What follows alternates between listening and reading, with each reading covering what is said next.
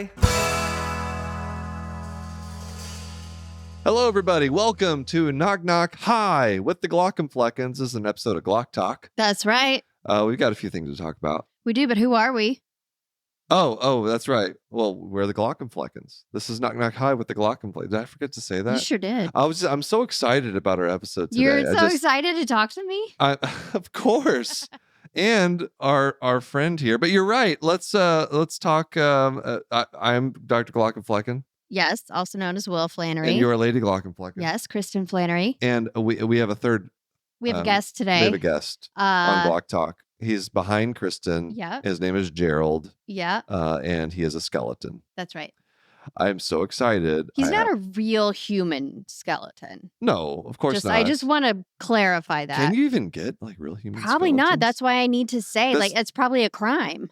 Well, to rob a grave, yes. Yeah, or just to own human remains. I feel like you have to report that stuff.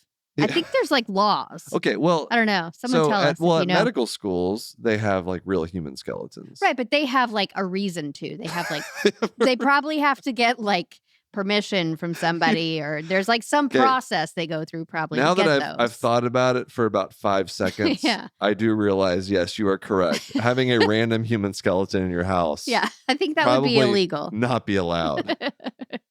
So yeah, no, he's not real, but I'm very excited to feature him in future skits. Yes. And podcast episodes. I don't know. Maybe I'll have him as a guest on Knock Knock Eye. That would be funny. Are we going to do a weekend at Bernie's situation with him? Ortho Bro is going to be very excited to have a friend. Oh, yeah.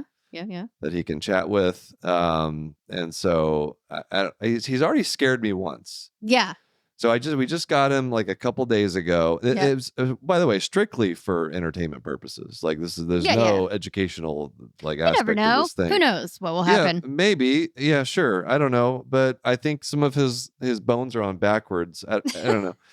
Anyway. Well, an ophthalmologist did put him together. The skull's fine. Whatever. But I was closing up the house, to go to bed, turning off the lights, right. And someone had. It was me. You put him right on the inside of the doorway. Yeah. And it was already dark, and I opened it, and the first thing I see is Gerald, the skeleton, and it made me jump a little bit. So, well done. I'm sure there's going to be more of that in our future. Yeah, our daughter, nope, she's 12. Our 12-year-old already. She's really trying to prank somebody. She put him in the pantry the other day. I thought that was a good one. Oh, that's nice. That's good. Especially if you go in there for a midnight snack or something, you're not expecting to see anybody. Right. Exactly. So we're excited to have another member of the family. I like the reason that we're excited is all the pranks and jokes we can do.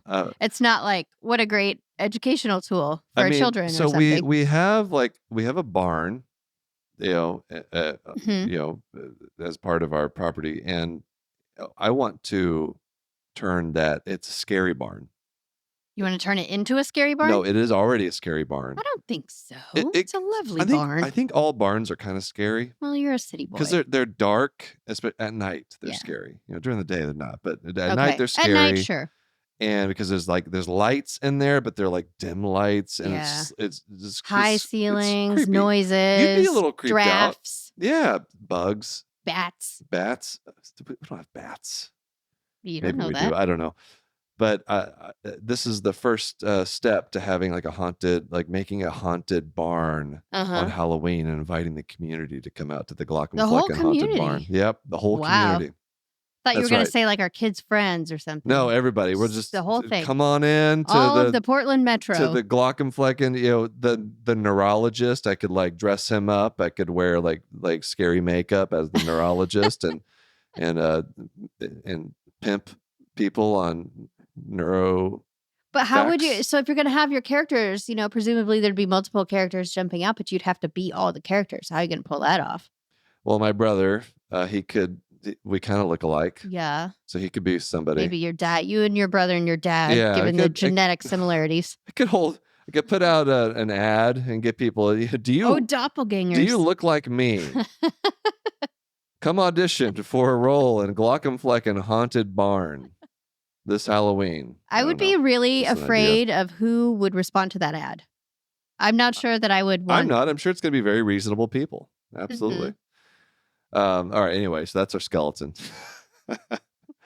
Before we get into I have a rant for you today. Oh. Yeah. We'll get to that in a second. But first, another thing I want to do here in the open is I just realized, like, when I go to work, when I pull into the parking lot, I sit in my car for a bit before I go in. Yes, you do that when you get home too.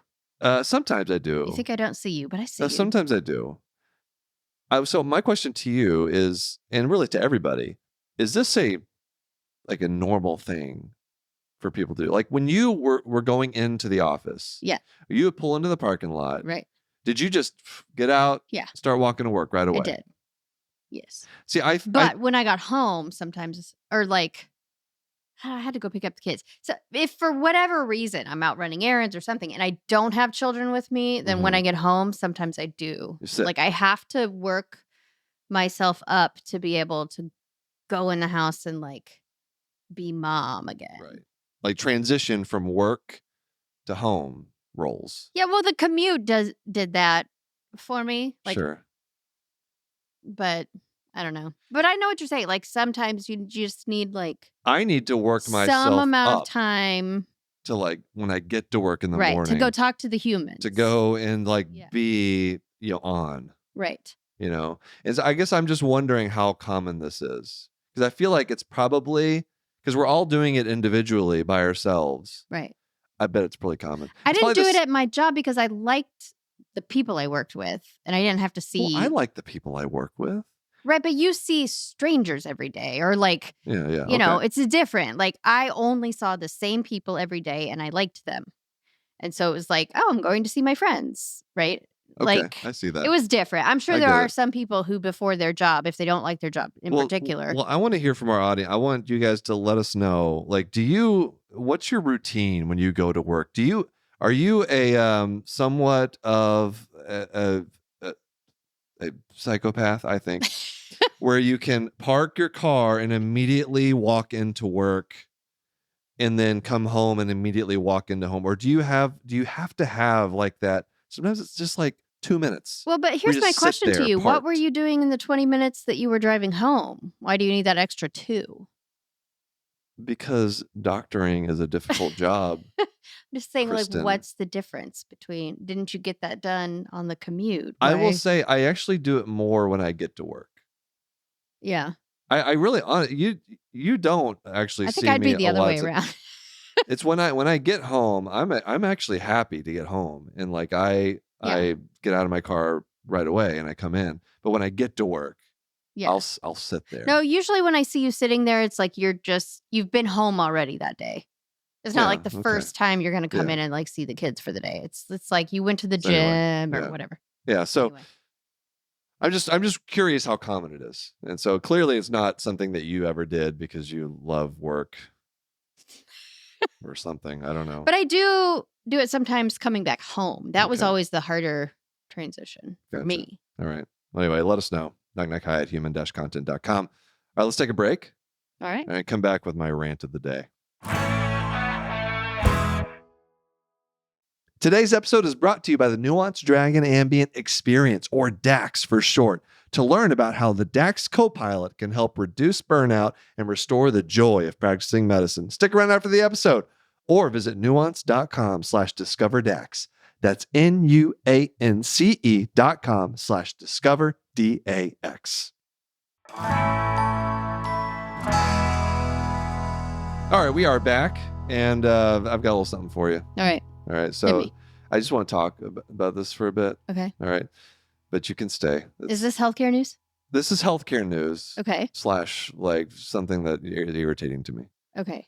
Oh, and I have your permission to stay? Yes, you could stay. Here in my because I want to hear your thoughts. I want to hear your thoughts about it. All right, so just over the weekend, I think it was Friday, maybe it was Thursday or something. Anyway, a few days ago, people are like, I don't know when you're recording this. This will be old news by the time it comes out. Yeah. Right, because I think this will come out in a few weeks. But the CrowdStrike. Yeah. the CrowdStrike thing, where I don't know what happened. They blew up. Who knows? Y2K. There was an explosion. 24 years late. I don't know. Maybe there's some kind of virus. No, I don't think it was like it was not like a security breach. It was like they just blew up. Like literally blew up. Yeah. I think. Right? Who said anything about a security breach? I mean, I just want to make the point. So it's like, as opposed to like Change Healthcare that happened before, right. like that was a security breach. I think something just happened, and things went down. All the things went down, including medical record systems. Yeah. So there were epic outages everywhere. Epic outages. So Epic, as you know, is like the biggest electronic health. Yeah. Medical it was record also system a pun, out there. Though. Did you catch that? I got it. Okay. I got it. Right. And I'm glad you noticed it. That that you made a pun. I do. I realized it immediately, and I chose not to acknowledge it. Because you hate puns. You brought it back. I am not letting you not acknowledge it. So anyway, and it was all over social media, people talking about, because every time like Epic goes down, it's like a big topic. Like, oh, great, we got it. And so it's this huge thing because our healthcare system is so dependent on electronic medical record systems now. I gotta pause you though. It's like you can't win, because people, when Epic is working, they complain about Epic, and then when Epic is not working, they complain about Epic not working. Well, because I mean, I just find that humorous. No, you're absolutely right. Like that's part of being in healthcare is you get to complain about everything. Because there's so many things to complain about, and it's okay. It's just like we're just venting about things. But you're absolutely right. When it's down, like it throws our world upside down. Like I've been in the operating room when Epic goes down, and obviously I can still operate and stuff, but the documentation part of things, where all of a sudden we pull out these like 20-year-old pieces of paper that have like things on it, we check them off, and then we have to insert them into the record system again when it comes back online, right? So it's annoying. It's something we deal with now. But what annoys me in the response to something like this is when I see people on social media say life is so much better with paper records. This is now. Do you all see how much better life is? This is, we should just get rid of them. Why are we even doing electronic record system? It's the most, it's an absurd thing to say. Yeah. Because people are totally discounting the enormous benefits of having an electronic record system. Right. Right. Not only just the being able to read people's notes and orders. Yeah. And the patient protection that allows, but also like I can be at home, and I get paged about a patient at a hospital like across town, and then I also get a page from another patient at a different hospital, and I can just be at home in my pajamas, in bed. And I can just pull up their record. Right there. Yeah. Like, that's amazing. That's amazing. And I can see, okay, for the past 10 years, have they seen an eye doctor? Right. Which doctor did they see? What was said? What was done? How many hot compresses were applied? Exactly. Yes. It's so important to know how many hot compresses a patient has used in the past 10 years. And I can see other hospitals, other clinics, because now they can start talking to each other. I don't know. It's just like when I see people be like, see, this is why we should only be on paper charts. Yeah. It's this whole binary thinking that is like, we're so endemic to everything right now that I think the internet made worse. But like, both systems have pros and cons. It's not this one is better, so dump this one versus this, I know. Nothing is ever that binary. It's always more nuanced, but the internet does not like nuance. It just irritates me when I see it.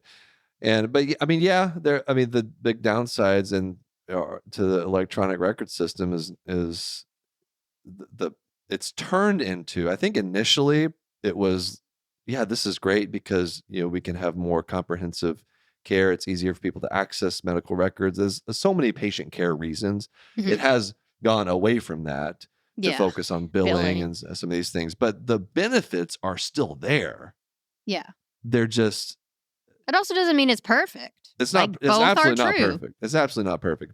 But come on, like we're not going backwards. Like the only thing that's forever in medicine is fax machines. That's the only thing that will never change. Like the cockroaches, you just can't kill it. Absolutely, but let's be honest with ourselves. Like now we're getting into AI and all this stuff, and so it's you know, the electronic part of record keeping is here to stay. Everyone, right? But you can still complain about it. I love complaining about it. Yeah. It's great. I just made a video making fun of Epic recently. Yeah. Your entire channel is basically you complaining about things and disguising it as jokes. Absolutely. It's my favorite thing to do. I love it so much. Anyway. You have any other thoughts about that? CrowdStrike. I am not involved in any of that. So I don't. It doesn't have very affect many you. Thoughts. I honestly whatsoever. didn't even notice that it happened until I just like somebody mentioned it in a group text, and I was like, "What are you talking about?" And I had to look it up because I am so like just insulated. I work from my home. I almost never leave it. Does that bother you? Don't watch the news like as a choice. Okay. I don't like to watch the news. So I don't know. Are you aware that Biden stepped down? I am aware. See, I get news. How do you get it? Because here's my, speaking of healthcare news, this is just news in general. This is what I do. I figured if there is something that is a big enough news event, that it is actual news. Yeah. I'm going to hear about it one way or another. Because I am on social media. Okay. I am in group texts with friends. And, you know, like you hear about, you know, my parents might say something, right? Like most of what is, quote, news these days is not actual news. It's just like drama fed into algorithms. And, you know, that's the stuff like I don't want it. Even on TV, it's kind of that way, right? Like I don't want all the talking heads. I don't want all the just like noise to fill the dead space for 24 hours every day. Like I just want anything that is actually meaningful and important. And so those things tend to get through in other ways. What social media networks would you say you passively learn about news from? I think you kind of learn about it everywhere, like on all of them. Yeah. Obviously, Twitter is like the most stereotypical news kind of channel, X. Yeah. But even like Instagram, like people talk. It's social media. People are talking about things. True. And so I don't really hear. You see it. I think I see less of it on TikTok. Yeah, I'm not on TikTok a whole lot, so I don't know. But I bet there are. Oh, you probably ends just up there. Yeah. Your algorithm isn't tuned that way. That's true. Yeah. That's not where my focus is. No, your focus is on like cat videos. So I watch those whenever I'm like scrolling through sometimes and like the kids are around and they start watching my phone with me. Yeah. I will scroll just to find the animal videos because I know that those are the only ones that are safe. Right. And so then for a while I will have predominantly animal videos. That's a rant I have about algorithms is that you can watch, and this is not platform specific, this is just everywhere. You can watch maybe one thing or click on one link or whatever it is, just one thing. And now your algorithms are going to feed you that thing just for days and days and days. It just like immediately becomes convinced that you're super interested in it. That's true. It could be like this random thing that you just Googled or whatever. But then it takes forever for it to go away. So it's like instantaneously just flooding your feed, and then it takes forever to get rid of it. So X is really bad about that. They all are. So I've noticed that like sometimes I'll hate watch a video. Yeah, you like to do that. You know, like I really don't like this. I'm going to watch it. People would be surprised to learn exactly how curmudgeonly you are in real life because they think of you as this like happy-go-lucky jolly guy that makes them laugh, but you're actually... And some of my videos have an undercurrent of Yeah, I are think pretty more pessimistic. lately people, once you started doing the healthcare system, I think people got a little bit of that. But like Okay. in real life, that's your default. Anyway, I'll anytime I like hate watch a video, and then I just start getting all the things, and it just puts me in a bad mood. Yeah, that's why I There don't should do be that. like a Why do you do that? there should be like something where like I just want to see this one thing. I want to let it make me kind of angry for a second, but then I want to go back to my normal algorithm. Why do you want to get angry for a second? Because sometimes I don't know, it's like emotions. Like it's like watching a scary movie. The only way you feel alive. You just like when you're watching a horror movie. We've talked about this. Yeah, like I don't it's like fun that to feel those either. emotions, and that kind of fear and That's what I can't anxiety. understand is why it's fun to feel negative emotions. Like negative emotions are useful. They have a purpose. I'm not saying they're all like bad, but they're not fun. I wouldn't call them fun for me. But I guess they are for you. I don't know. I can't answer that. I don't have a reason for it. I don't know. But you're right. Like if you look at it objectively, it doesn't make sense. Yeah. But I'm trying to understand. I don't know. Sometimes it's fun to watch something you don't agree with. Okay, yeah. And then you see the reaction to it, and then people tell jokes in the comments, and sometimes that's funny. Yeah. So I don't know. Anyway. All right, I thought we could talk about something that hopefully people will actually be interested in. Okay. As opposed to how curmudgeonly I am. I think people will be interested in that. How curmudgeonly I am? It's just the truth. It's not an insult. Look, I don't know. I think everyone's a little just curmudgeonly. A fact. I think I'm secretly, curmudgeonly. I think secretly there's a lot of curmudgeonness out there. Yeah. More than we think. Not all of us are woo. I mean, the world is a pretty... If you're not a little curmudgeonly right now, something might be wrong with you. What was that? What is woo from? The Strengths Quest? Yes, Strengths Finder. No, Strengths Quest. Strengths Quest. Yeah. Woo. I don't know if they still have that. I don't know. All right, so I could go on and on about that because I had to take that again. Yeah. Anyway, it's all BS, right? I do not know what research is behind it and whether it is reliable or valid. I cannot confirm or deny. Yet everybody has done it. I'm just saying I don't know if it's research backed. It might be. Okay. I don't want to make the claim that it's all BS because it might be. I mean, research based. I've met some people who were woo. Yeah. And got woo, and I was like, yeah, that's a woo person. Right. Which, to those of you who have no idea what we're talking about, Strengths Quest. It was like something I did in college.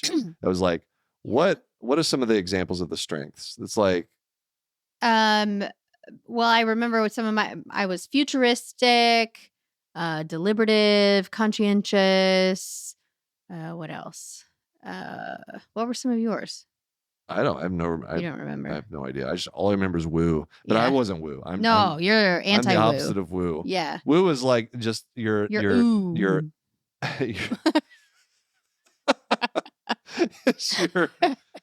extrovert, your classic extrovert. They're just your mom. Your mom is woo. Yeah. Like full of enthusiasm at even minor things.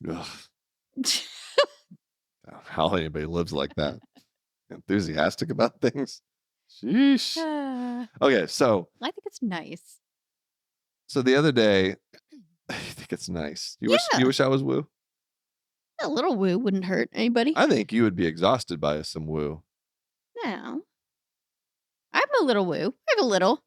I mean, it's not one of my top for sure. All right. But I can get to woo. You I can get there. I can woo. I can yell when other people are yelling. That's what I do when I watch sports. So the other day, sometimes I find random people in our home. Like Gerald here. This happens. No, like real people. And then turns out Kristen has just brought someone in to do something. Yes. Well, there's a new thing that I didn't even know existed. And it turns out she was a professional organizer. Yes. One of my favorite people. And she has been coming in every so often, not real often, but like every now and then. Every so often. When you have like a job that needs organizing. Right. And it made me start thinking about the expenses that we have that are superfluous. Totally worth it. But they're like, I would consider them luxury expenses. Like it's something that you don't need. Right. But it does make your life easier. Yes. And for you, I feel like this is the perfect encapsulation of that idea. Yes. That and before that, there was in residency, we got, and I think a lot of medical trainees can relate, especially if you have families. But even if you don't, we got a housekeeper, even though we were on, we were a dual income. Like you had a residency income as sparse as it was. And then I had a job that was about the same as your residency income. So we didn't have a ton of money, but we did go ahead and, splurge, I guess, on housekeeper because it does just make such a difference in like quality of life. Right. And I am happy to, sacrifice somewhere else in order to not have to spend my limited time at home with my family cleaning or fighting over cleaning. So that was the first time. And then now since then, that has morphed. And now that we live in a larger area, there are other services that you can hire, it turns out. And I'm a big fan of hiring services. So I want to talk specifically, though, about this professional organizer. Yep. Actually, let's take a quick break. Okay. All right. And then we'll come back. And I want to dive into this a little bit. Hey, Kristen. What? I see you found my friends. Well, you sort of forced them on me. Did you ever think eyelid mites would be so cute? No, I did not. Look at these little guys with their little legs. These ones are pretty crawling cute. all over your eyelids. Stuffed animal guys. Yeah, you don't think I don't think the real ones would be as cute. I don't want them on my eyelids. I mean, almost though. Close. I mean, the one problem is they do cause a disease called Demodex blepharitis. That is a problem. Yeah, you get red, itchy, irritated eyelids. Yeah, and all crusty. Yeah, it's kind of uncomfortable. You just want to just rub your eyes. Yeah, no, thank you. Well, but it's not something you should get freaked out by. You got to get checked out. Oh, well, okay. That makes sense. That's right. Eye doctors, we see these little guys sometimes. Yeah. All right. Nothing to be scared of. All right. Just got to get checked out. Okay. To get more information, go to eyelidcheck.com. Again, that's EYELID check.com to get more information about our little friends here and Demodex blepharitis.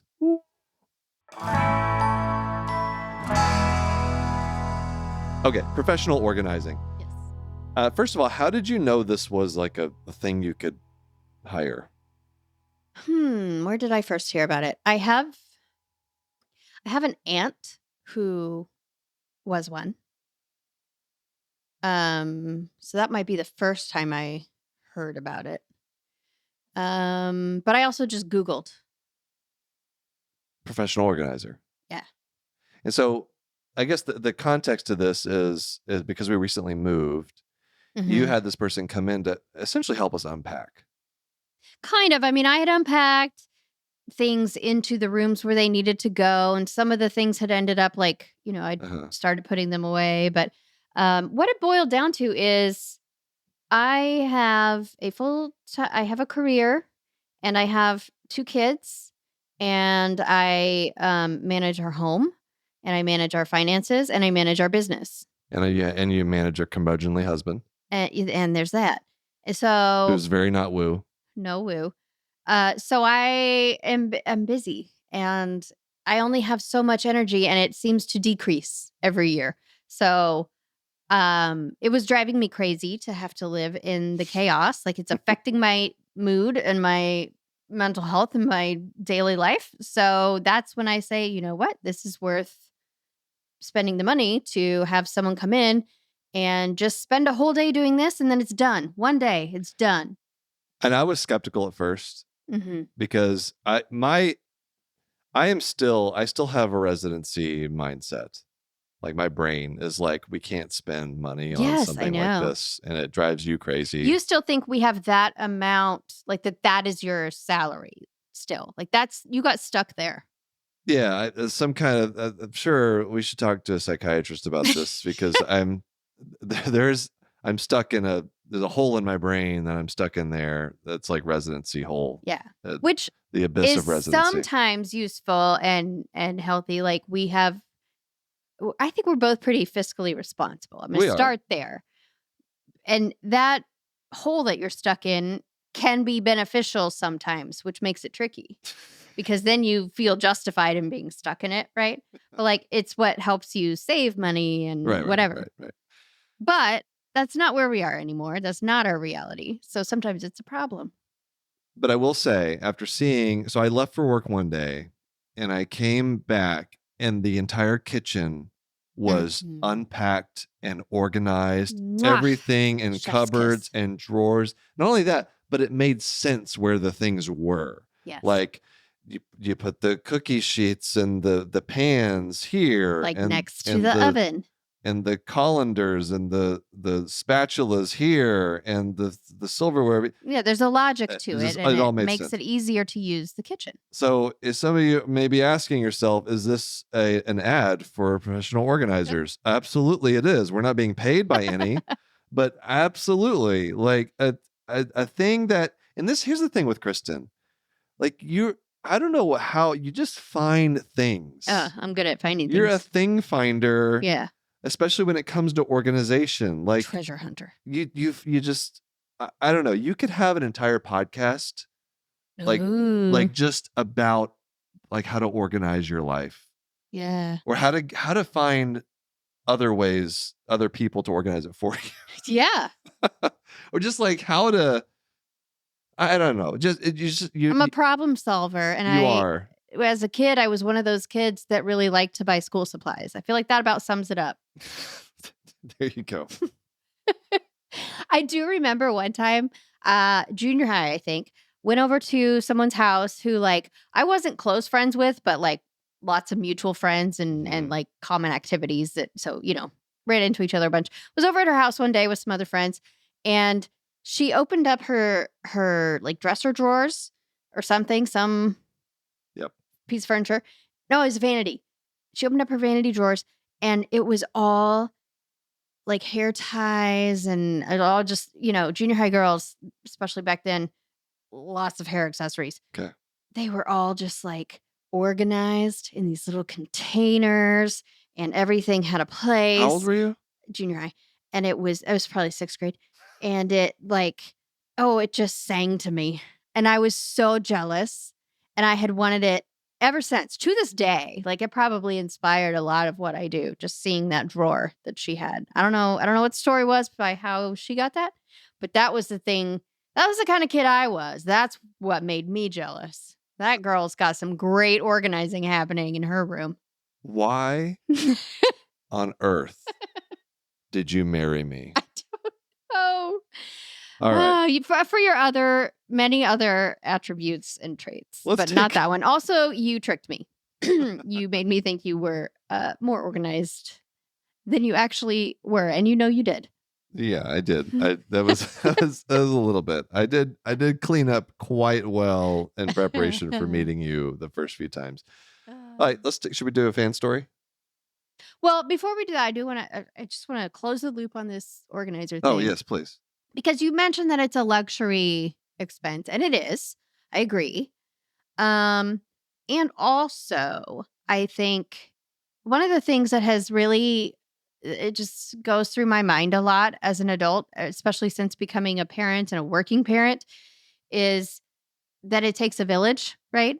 Mm-hmm. And as a medical family, we have had to move so much that we don't often, like as soon as we get a village established, we leave it and have to start over. And so, and then now by the time we got somewhere to be settled, we were the age where it's impossible to make new friends practically because you never. We're already in our 30s. Like, how do you make friends in your 30s? That's generous. We're closing in on 40. So, and we have kids and, life just gets busy and everybody's busy. So when you don't have a village, like what is money for if not for providing what you need, right? You need food, you need shelter, you need all of those things first. You need, emergency savings, healthcare, all these things, right? Mm-hmm. And one of the things that money can do is it can buy you a village if you don't have one in your social support network. So that's my little rant for today is, don't feel bad about it if you need to use some of your hard-earned money to buy a skeleton, to buy a village, to get people to help you do these things that it takes to keep life going. Yeah. That's all. That's all. That's all I'm going to say. Absolutely true. Absolutely. I'm stuck in my, This is what you do. I talk and you kind of stare in my direction, but really little guys in your head are like, I was totally paying attention. What are you talking about? All right. Hey, should we do a fan story? Okay. All right, let's do it. So this is a story from Lisa. Lisa says, "Hello, please tell Jonathan that I appreciate all his efforts. I teach undergraduate nursing students and have used Dr. G's videos on the American healthcare system in my ethics course." Look at that. I'd love to see content on nursing school and different areas of nursing practice. See, that's hard for me because I am not in that world. I'm very much not in that world. There needs to be like a nurse Glauc and Flecken. Nursumflecken. There needs to be a Nursumflecken. I was an APRN, certified nurse midwife for more than 20 years and a practice director in various settings, including public health at the county level. The rural medicine vids ring true to me, even though most of the practice was urban. Just because the resources are there doesn't mean that my patients can access them. I practiced at several hospitals in Chicago as that might as well have been underserved rural areas in some ways. Most of my patients were in the country as refugees, with or without legal documentation. Even the U.S. citizens I cared for did not have access to health insurance, except when they were pregnant. That's a sad state of affairs here. I also relate to family medicine, as I was forever overbooked and under-resourced. Hopefully you had your glasses on straight, though. One time I repaired a Doppler with a paper clip and telephone cord. Oh, my goodness. That's great. It's a little MacGyver-ish right there. I truly appreciate Lady G in the role of OBGYN. I'd love to see more nursing content. Thanks so much for pulling me back from the edge many times. I get feedback like this a lot. This is very nice. Thank you so much, Lisa. I don't feel like stepping into nursing, humorous nursing content is tricky for me as a physician. Yeah, it just might not be your place. It might not land the same coming from a physician. People know I'm a physician. It's also not what you know. Like, you shouldn't be the public authority on something that is not what you know. That's true. And I've dabbled in, I've depicted nurses a little bit, like the charge nurse and the OR, but it's hard to strike the right tone, just because of all the power dynamics in medicine, right? And I don't want nurses to feel taken advantage of by seeing this physician come out with like comedy where I poke fun at nurses. It just that doesn't, even though I try to do it always in a way that makes people not feel taken advantage of. It's hard. It's hard to do that. It's your punching up instead of punching down, right? Even when you do show nurses in your videos, it's usually the nurse, you're not making fun of the nurse. If anything, the nurse is making fun of the doctor. But I think the biggest part of it is that the more into my ophthalmology career, like the less I work with nurses. That too. I don't work with a lot of nurses outside of the operating room. I don't work with them at all. And so I think I need to find a Nursumflecken and mentor that person, bring them under my wing, and coach them up on the art of medical satire, and then we can have a Nursumflecken and a Glaucumflecken. That's my grand idea. What do you think? Should we do it? I like it. If you are interested in, yes, submit your application. So you can send us any stories, any thoughts, any applications for Nursumflecken to knockknockhi@human-content.com. And let us know what you want us to talk about. I keep telling people, like, send us your marital problems and we will. Yeah, we'll solve them for you. We'll solve them for you right here. Like, we'll debate them and. We are in no way qualified to do that. Nope. But Other than that, we are married. But we will pass judgment one way or the other. Sure. Happy to do it. Lots of ways you can hit us up. Email us knockknockhi@human-content.com. Visit us on our social media platforms. You hang out with us in the Human Content Podcast family, our growing family of human content. Got some exciting things coming up on human content. Yes, we do. Stay tuned for all of those at Human Content Pods. Shout out to all the listeners leaving feedback and reviews. We love those reviews. If you subscribe and comment on your favorite podcasting app or on YouTube, we can give you a shout out. Like today on our YouTube channel at Glauc, at Caroline Mead 2365 on YouTube said, I would love to see more character backstories. Some character lore. We did a few Glauc talks where we did character lore. I think next episode, let's do some more. All right. Tell us who you want to know about. I'll just choose some at random, but people can definitely let me know who you want to hear. Well, I mean, clearly don't, because he just said he's just going to choose them at random. Jeez. Full video episodes are up every week on our YouTube channel at Glauc. We also have Patreon, lots of cool perks, bonus episodes, react to medical shows and movies, hang out with other members of the Knock Knock High community. We're there. Here's a cool thing you can get with Patreon. If you buy tickets to our live show, you can get a free upgrade to VIP. VIP, baby. Where you can meet us. We can take pictures. We can talk about your favorite characters.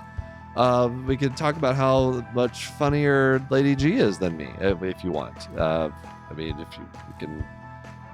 we can talk about any kind of fantasy you have. But anyway, patreon.com/Glauc or go to glaucandflecken.com. Speaking of Patreon community perks, new member shout out to Waris B. Waris, thank you. And shout out to all the Jonathans as usual. You gotta take a deep breath. Patrick, Lucia C, Sharon S, Omar, Edward K, Stephen G, Jonathan F, Marion W, Mr. Granddaddy, Caitlin C, Brianna L, KL, Keith G, JJH, Derek N, Mary H, Susanna F, Jenny J, Muhammad K, Aviga Parker, Ryan, Muhammad L, David H, Jack K, David H again, Gabe, Gary M, Eric B, Medical Meg, Bubbly Salt, and Pink Macho. Patreon Roulette, random shout out to someone on the emergency medicine tier. Amelia B, thank you for being a patron, Amelia. Thank you all for listening. We're your hosts, Will and Krista Flannery, also known as the Glauc and Fleggins. Our executive producers are Will Flannery, Krista Flannery, Aaron Courtney, Rob Golden, and Shanti Brook. Editor, engineers, Jason Portiz. Our music is by Omer Binsby. To learn about our Knock Knock Highs program, disclaimer, and ethics policy, submission verification, licensing terms, and don't forget about this, the HIPAA release terms, you can go to glaucandflecken.com or reach out to us at knockknockhigh@human-content.com with any questions, concerns, or fun medical puns. Knock Knock High is a human content production.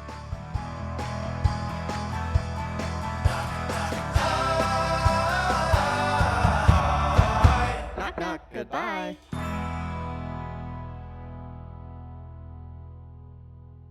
Hey, Kristen, would you like to have a Jonathan in your life? Would I ever? Well, I mean, you have me. That's something, right? Yeah, that's something. That's something. Yeah. But do you have a Jonathan? Are you offering?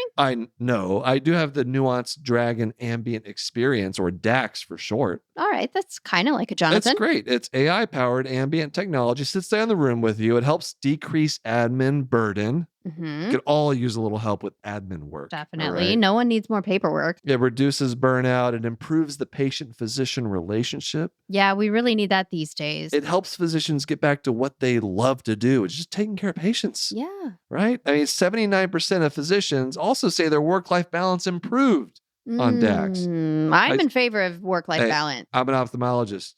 I love me some work-life balance. All right. Today's physicians report are feeling overwhelmed and burdened so much that work-life balance feels unattainable. Yeah. Well, if DAX can help, that's great. Right? Yes. All right. To learn more about how the Nuanced Dragon Ambient Experience, or DAX Copilot, visit nuance.com/discover DAX.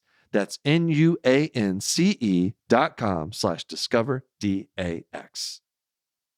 Thanks for watching the episode. You can find more on that playlist over there. If you prefer to listen, or you just had your eyes dilated, you can binge full episodes wherever you get your podcasts, or join the party over on Patreon, where you get early access episodes, hang out with us, get lots of exclusive bonus content.